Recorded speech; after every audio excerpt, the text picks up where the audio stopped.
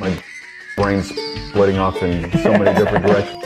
My brain's splitting off in so many different. My brain's splitting off in so many different directions that no one has the answers to.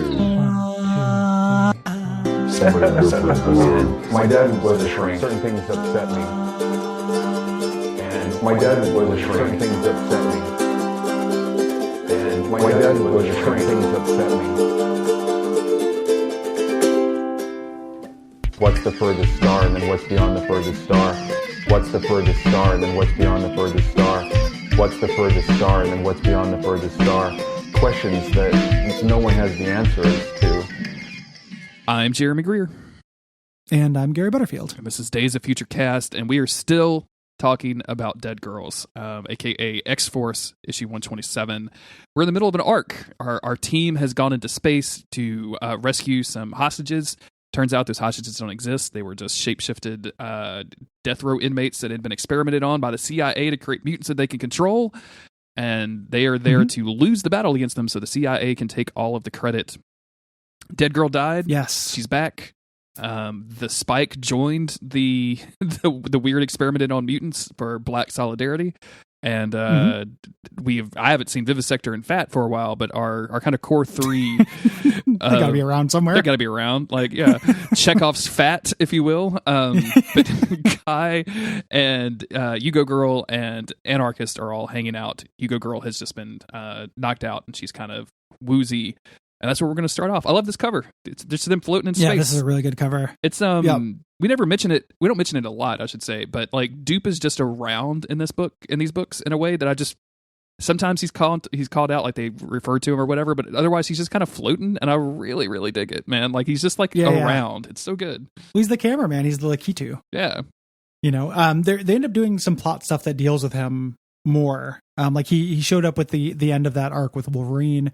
There's a Wolverine and Dupe miniseries, as I mentioned. That's 2 issues that we can decide whether to cover or not. Mm-hmm. But they do kind of stuff with him a little bit later. He's a big part of the Avengers arc that ends with this. Like, it's very Dupe-centric. Excellent. I mentioned before that they've translated his speech. Yes. So if you put like Dupe translation into Google, you can find out what he's saying in all of these panels. Don't care. And sometimes they're good. Well, sometimes they're good jokes. Like every once in a while he'll say something and then the whole team will crack up. And then it's kind of like a fun little Easter egg. If you look at it. I am absolutely positive it's a good joke. Because I trust your opinion on jokes. But I am so much more here for just not knowing what it is and just appreciating that I won't know. Like I like that more than trying to. Like I would have to like stop reading the issue and then go look up Dupe speech on Google or whatever, and I'm just not. I don't want to do any of that. No, that interrupts the flow. Yeah. Like I just did it afterwards. It's also interesting. Later they start talking about like how you have to, like if you join the team, how you have to learn his speach.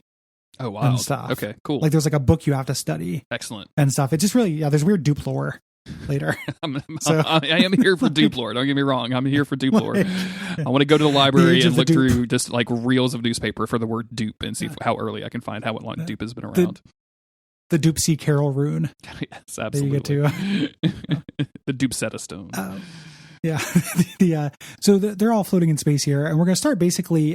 We start with a news report where it shows them all dead. You know, that's the way it's looking. And it turns out this is an artist impression. Yep. Of what might happen from this is being covered on Earth. And there's a vigil at the X-Force Cafe. And there's a really good joke here. A couple of really good jokes. They're doing a candlelight vigil. You can buy a lighter that are X-Force lighters. And they're just like action figures whose heads are on fire. And they talk to the guy who owns it here in Des Moines, and he's like, "How's business?" And he's like, "Busy like it always is, but I'm worried about this is only short term because I talked about something very serious, encroachment. I was told I'd be the only X-Force cafe in town, but now," and they had to pull him away, like a cop pulls him away from like complaining about this franchise. Extremely good stuff. It's funny. I like this a lot. This is all extremely funny. We go back into space, where the CIA has shown up and they are communicating with X-Force, who have all gathered in kind of this front room and have not done their job, right? Like they are kind of waiting for the CIA to show up, just, to make sure that they're just taking, as Edie says, they're just taking a little R&R between all of the bloodshed and the drama. Yep. Yeah. We want you to get a little close before we get captured by them, because they're not the kind of people that you want to be captured by. And he says, like, hey, like, don't mess with me, get captured by them. Like, I'll make do on my threat. And they're like, yeah, don't push it. Like, maybe we'll just take our chances with that. Like, these guys are serious and we don't want to die. Mr. Sensitive goes, no, he's right. We should actually go along with the plan. We should do what they say and get captured. We cut over to the Bushrangers where they're kind of hazing the Spike. Yeah. Beating him up, and he's sweating. He's very nervous. Like, they have him outnumbered. He's like, I could put a spike through you. And he's like, yeah, go ahead and do it. Like, my homies will kill you if you do this. Why did you join up with us? He says, I told you I have more in common with you, and they call his bluff. Mm-hmm. There's this like great little running thing where he's like, Zippo, take his kidneys. Stanley, take the giblets or giblets. He's like, where do you find the giblets, Trey? He goes, use your initiative, boy. What's a giblet? Says this weird experimented on death row inmate. Yeah. I love it so much. And he fesses up. He's like, this isn't the only reason. Like, and we find out that the Spike wasn't, betraying them just to betray the team. He wants to get them all back to Earth so they'll fail the mission and the CIA will throw a guy under the bus. Yeah. He's like, he basically spills the whole beans. Like, the CIA is going to pull in here, but if that happens and Guy Smith is crucified, maybe they'll need a new leader and maybe it can be me. Exactly. This head honcho of the Bushrangers are like, okay, well, before we work together, you really need to know how dark we are. Let me, come over here. Let me whisper in your ear about how all of the terrible things. And he does. We don't hear it, but we see Spike's reaction, which is even more nervousness, even more sweat. So he's kind of freaked out about all of this. I really like it not telling us. And just like we see him whispering and just like, sup, brother, do you still want to hang with the bad boys? Like, I really like that. And this guy, this character, he's only a character for a short amount of time, but I really like his characterization as being like very erudite. Where he's like, use your initiative, boy. And the way he says this, he's like, I should inform you of the crimes in which the state of Texas want to be executed. Like, he's very formal. And you just get a sense of this guy, like, as a kind of a pretty good villain, for this. We go back to our narration that we kind of had at the beginning of the arc, where it's the same color that indicates Mr. Sensitive, where he's like, our mission was to lose to a bunch of aliens. There weren't really aliens. There were always, complications. And we're going to all these little internal conflicts. Edie's saying like, no, I don't want to be liked by them. Like, we shouldn't do this. I just want to be adored and envied, but not liked. Dead Girl and Anarchist are talking. She's like, why are you so interested in death? And Vivisector and Fat are talking. And Fat's like, how long do we have to keep this up for? Kind of revealing their ruse. Like, we had seen the Spike kind of encourage them to get more attention. Yeah. And, kind of show this. And that's what they're doing is like, maybe we're going to have to do stuff in public if we're going to pretend to be gay. And Vivisector's like, well, if you can manage that, they'd probably be useful. They're putting on a show to get more Q rating, basically. But it also seems like because he's like, seen it, I guess we could do that, like, since we're only pretending. Like, it seems like Fat may actually have like some tendencies in this area, but it's like, so it's almost like he's pretending to be something that he is, right? So which makes the whole thing probably even more uncomfortable for him. Yeah. But before for both of them. Yeah, exactly. Yeah. Before we get like too far into that, though, they walk into a room, which I guess is the arcade section of the spaceship, which I love. And it's the lounge area, probably, because as they were trying to brainwash all of these criminals to become soldiers, like, they had to have a relaxed. Yeah, they got to play tons of asteroids. Got to get some asteroids in, yeah. But all of these shape-shifting Bushrangers are now looking like the Spike. So it's a room full of the Spikes. Mm-hmm. And they're all like, I'm the Spike. I'm the Spike. Doing this. And then one of them says, don't listen to them. They have a replicator gene. I thought I could reason with them, and the Anarchist cuts him off and kills him. Guy Smith's like, I think that was the real Spike. And he's like, I don't care. I did it on purpose. And there are spikes everywhere. Like, when they replicate, they get the powers of the mutant they replicate. Yeah. Which, these are all Omega level mutants. Absolutely. 100%, dude. Like, shapeshifters and all this crazy shit. Like, they can shoot rays and, yeah, absolutely, dude. Yeah. They do this little gambit here where Edie is going to teleport Anarchist behind them to get the edge on them. And Dead Girl kind of realizes like, hey, like, I think I actually know a way out of this existentialist maze. Like my death made no sense, but my life after death might mean something. And she goes into combat, like just getting torn up, but also fighting. And we kind of see some of her powers where like her limbs can get cut off and still be animate. Yeah.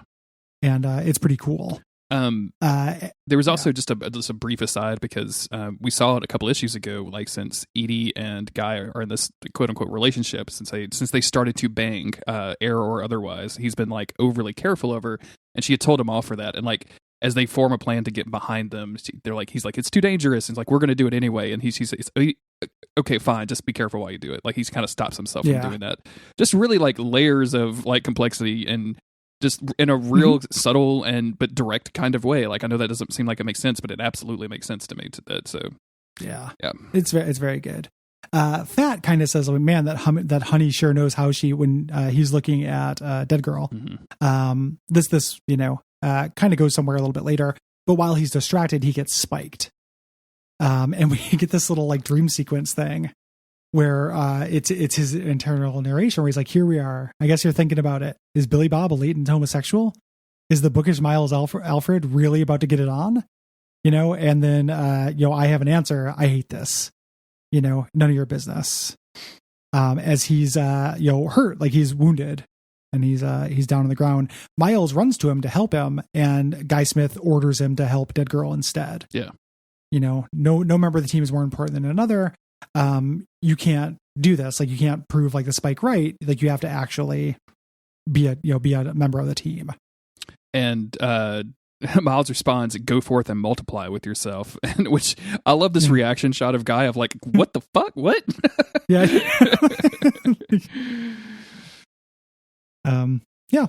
We see Dead Girl, like just all of her parts are all over. I love this, like taking on like tons of guys. It's so cool. Like she's great. Dead Girl just being able to like have all of her limbs ripped off and still kick ass is very fucking cool to me. Like, and all of her limbs still kicking ass, right? Like it's so fucking awesome. Yeah. She's incredibly cool. Anarchist noticed this as well, because this is in some ways a relationship soap opera comic. Is like, I'd like to get to know her better.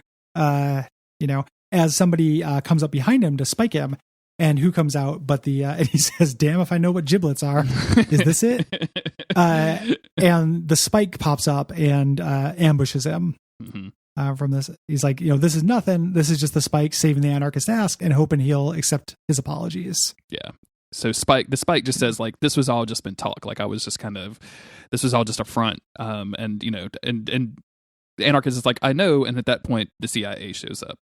And they basically change the plan. They're like, actually, instead of you losing, it turns out that you all got killed. And they all start firing on X-Force when Edie teleports them out and onto I guess this is like an escape pod kind of situation. It's an escape pod with an escape pod. Yeah. It's like a satellite. It looks like a satellite. Thing. Yeah. So yeah, it's real weird. She just did it as reflex to dodge the bullets. And as they're heading out, the CIA agent contacts them over the radio and is like, "You're going to oblivion. Like that craft is heading for deep space. You're in a coffin. It'll keep going until it collides with something solid, but by then you'll be long dead." Yeah. They question him, like, "Why did you do this?" And he says, "Because Louise," which is the name of the issue. He has a daughter who had this disease where she would fall down a lot. They can barely keep her alive, and they're waiting for some kind of medical breakthrough, which is something Paco Perez might have done. And they're like, "Why didn't you just let the drug company destroy us?" And he's like, "You would have got away with it. You have money. Like that's all people care about. Like I need you to die. Like this is personal." Yeah. For him. And of course, like the three are all like, "Oh yeah, this is why the Grim Reaper pointed at the three of us, because we were all going to die." Yeah. And this is, I don't think we mentioned it. Like she only teleported away Mr. Sensitive, Yuko Girl, and Anarchist and Dupe. Yes. So fuck you other guys, I guess. Yeah. She's also a homophobe. Yeah. She's cannot allow for that. So we cut back to the rest of the team, who is just like killing the CIA agents. Yes. This is really good too. The CIA agent goes like, "It's too late. The popular members of X-Force are as good as dead." And Fat's like, "We're popular, just in a different way." And Dead Girl says, "I haven't even had a chance to establish myself." It's so funny. It's so good. Yeah, it's super good.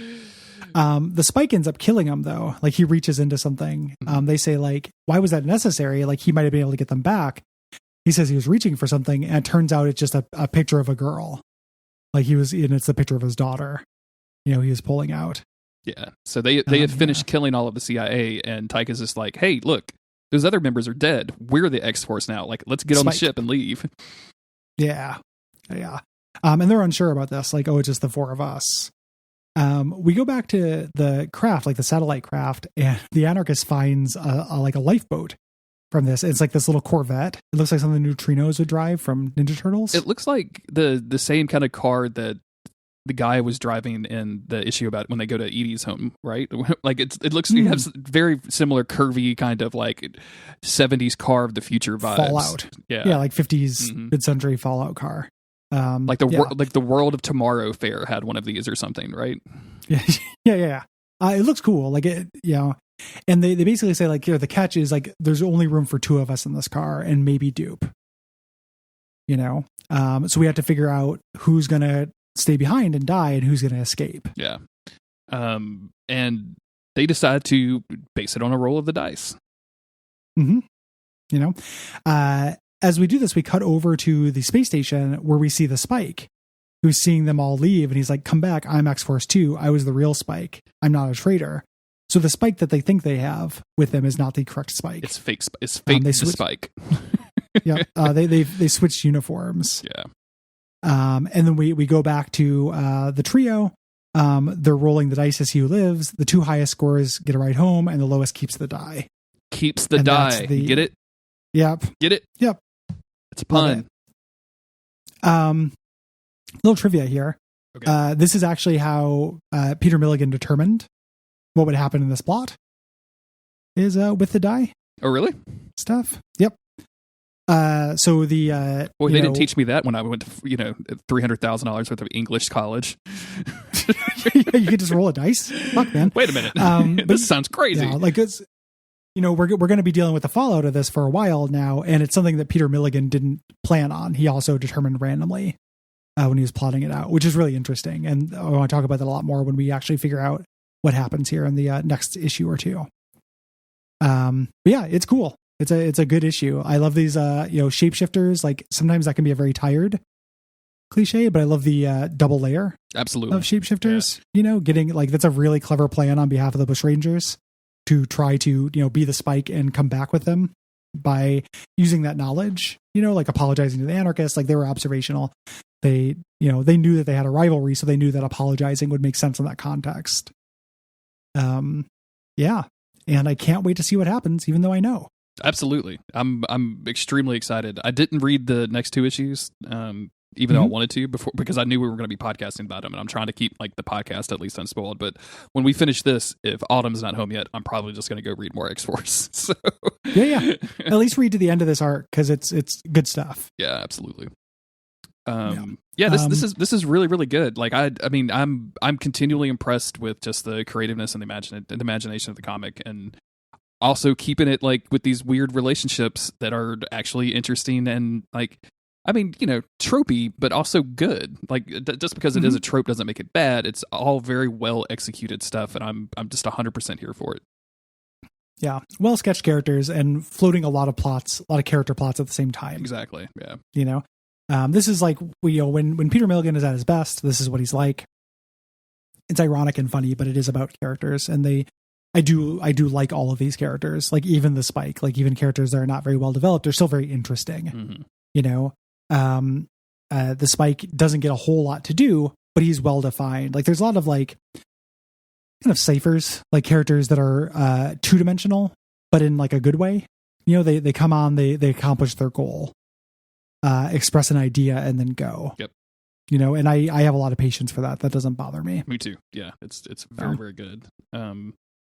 Yeah, I'm like I said, continually impressed by this comic, man. It's all I can do not to just read the next 80 or 90 issues or however many there are left in this. It's so good. It's like there aren't that many actually as well. That's the other thing about this run is it's like pretty short. We get 2 kind of big arcs at the beginning of Ecstatics, then some filler issues, and then the Avengers arc. And that's basically, and when I say filler issues, I just mean like smaller stories. And you were excited about that Avengers arc, huh? I know I keep bringing it up. It's because I most recently read it and it's funnier than I remember. And I think since the last time I read it, I've like learned more about the Avengers. Well, obviously, like some of the stuff is funnier and from the cartoon series that we covered on this podcast. From United We Stand. Yeah, absolutely. Yeah, Avengers United, of course. No, just from like I think it's from MCU context. So I just kind of like know the characters a little bit better. So some of the things that he's doing are funnier. So into it. Yeah. And so, thank you for listening, everybody. We appreciate you. If you want to support the show, you can go to patreon.com/Duckfeed.tv. Kick us some dollars. Mm-hmm. That would be awesome. Some X dollars. Yes, some X bucks. If you can also leave us ratings, reviews on Apple Podcast or Podcast Addict. That is also very useful.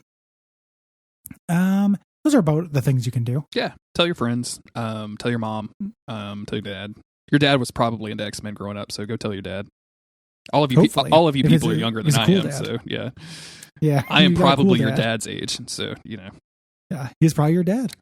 If you have a terminal case of cool dad, you gotta tell him. Gotta let him know. I'm your dad, but not your daddy. That's how people refer to me nowadays. So yep. And your dad says, "Do it." Yeah, my dad says Trump 2020, so we haven't had that conversation yet. Listen to this Jeremy dad and said, how's he taking it? Right? We have not spoken about it at all. And like we have been very carefully texting one another like memes about the Mandalorian just to not talk about it. So like, wow, that baby Yoda sure does like eggs. And I'm like, yeah, even spider eggs. Like, sorry for the like random like nonsense spoilers there, I guess, if you want to call it that. But yeah, just very, very carefully like we're building this barn, and I was like, "Hey, my guy is looking for. I need some drainage pipe. Like, what kind should I get?" And he's like, "Oh, you need this and this and this." Like, we're having like top level conversations. But let's say that you just got to start working in election stuff slowly. Let's say the drainage pipe was, 290 inches long, and each. I need a minimum of 270 inches of drainage pipe. I 270, and that's how you do it. I am perfectly happy not having the conversation because I feel like most of my immediate people are like fake election this and mail-in ballots that. And I don't care about it. Like I had long like there's that thing on Twitter where they're like, you need to go home and talk to your family on the holidays and get them to realize why this is affecting. And I'm like, dude, my dad is like almost 60. Like, I'm not changing that dude's mind. Yeah. Like I'm just not like, it's miserable if I go and do that on the holidays. Like, and of course. And I'm just, I was joking. I don't actually want you to try to convert your father through water pipes. 100% not. Yeah. Like I knew you were joking. I just like, I just don't want to have the conversations. I really don't. Like even before this, we kind of had a loose, like no politics on holidays kind of thing because they know I'm a big lib, but I don't think they understand how big of a lib I am. And they know that they are definitely not. What's been interesting is, I don't want to say specifically who this is, but there's a person on my Facebook that was real big on like rah Trump until they started until they got a job where they were using social media for their profession, and then it 100% disappeared. Like, oh, now that you're trying to sell stuff to people, like now you're being extremely bland online. Now I see how this works. I thought that was very funny. So that could have been much worse. Like if they get very online and then they just like go down like a dark Q hole. Oh yeah, and that has been my dad. My dad went down has gone down the Q hole. Oh man, yeah, it's been super, sorry, dude. Super weird to see that kind of post. Rough. But yeah, it could definitely be worse. So yeah, I don't remember how we got talking about this, but Duckfeed.tv /Patreon. Go there, give us some money so that I can buy drain pipe for my barn. Yeah, give them more bucks. We'll make an announcement soon about Duckstream as well. I gotta talk to you about that at some point once me and Cole start figuring that out. Oh fuck, I didn't even. A good weekend for it. I had not even. Okay, cool. Yeah, we definitely need to talk about that. What the fuck are we gonna do for Duckstream? Dude, I don't know. Excellent. We gotta figure it out. Excellent. If you want to help us decide, patreon.com/Duckfeed.tv. We'll be back in a couple of days. We love you. Bye. Bye.